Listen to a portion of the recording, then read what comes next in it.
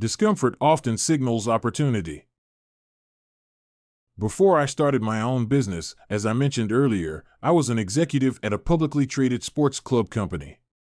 When I came on board, the company's financial systems for payroll and reporting were a disaster, particularly for assessing the value of fitness instructors and, most pressingly, for getting these same instructors their paychecks. I knew if I didn't make immediate changes, I wouldn't be able to keep top performers and evaluate payroll per instructors versus club revenues and profits. Surprisingly, after meeting with my boss, I found out the leadership didn't want to make any investments or major overhauls. The choice was clear: keep my head down and make very little impact, and start looking for a new job, or raise the stakes so I could make life easier for myself and the employees and produce better results for the company to boot.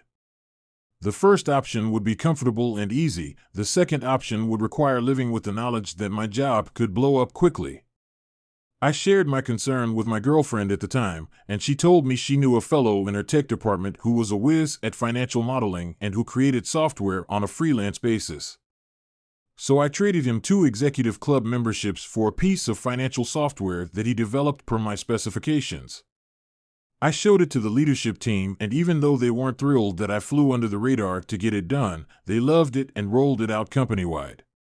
If they hadn't loved it, I might have looked bad and suffered a setback. That was the risk. But I also knew the goal was worth it. 3 months later, I received a promotion. Coincidental? Absolutely not. Remember, you're not taking risks just to take risks. There's a reason why you're performing, to produce better results professionally and personally. And when you dare to get bigger results, this can be the most exhilarating and personally satisfying aspect of being a performer. By raising the stakes, you adjust to being comfortable with discomfort. As you rehearse for your conference speech, wedding toast, sales pitch, or plan how you will negotiate your deal, you experience discomfort and allow yourself to feel uncomfortable so you can find out what happens when you work through the idea. I remember this experience well from the writing and rehearsal process for my show, The Think Big Revolution. See what I just did there? I referred to the Think Big Revolution as a show. I perform it as a 55-minute keynote at conferences across industries and to different demographics. But I don't think of it as a speech or a talk. Instead, I think of it as a show. Doing so allows me to think like a performer rather than a speaker.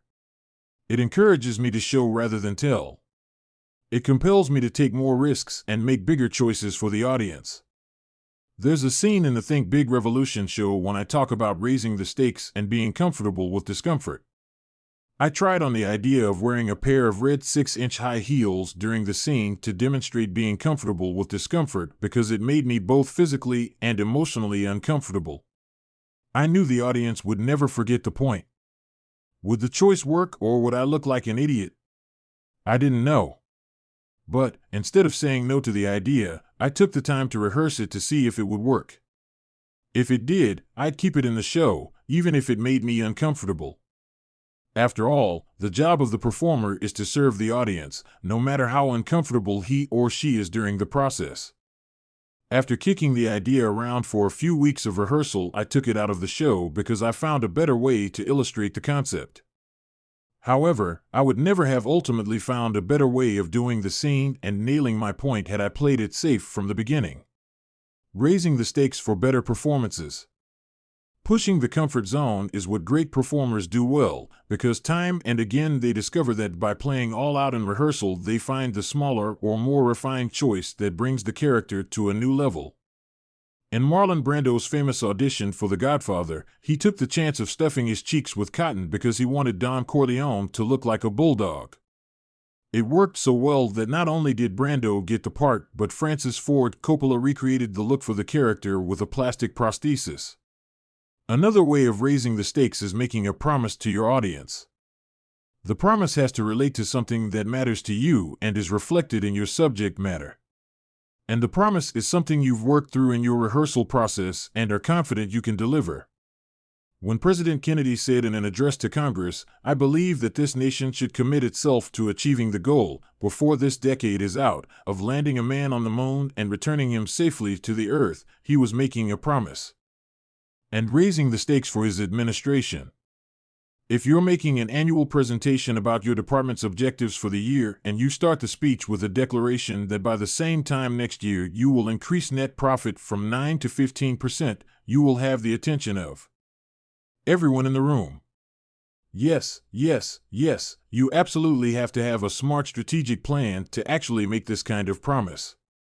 Let's be real, it's a scary world when you're performing instead of watching.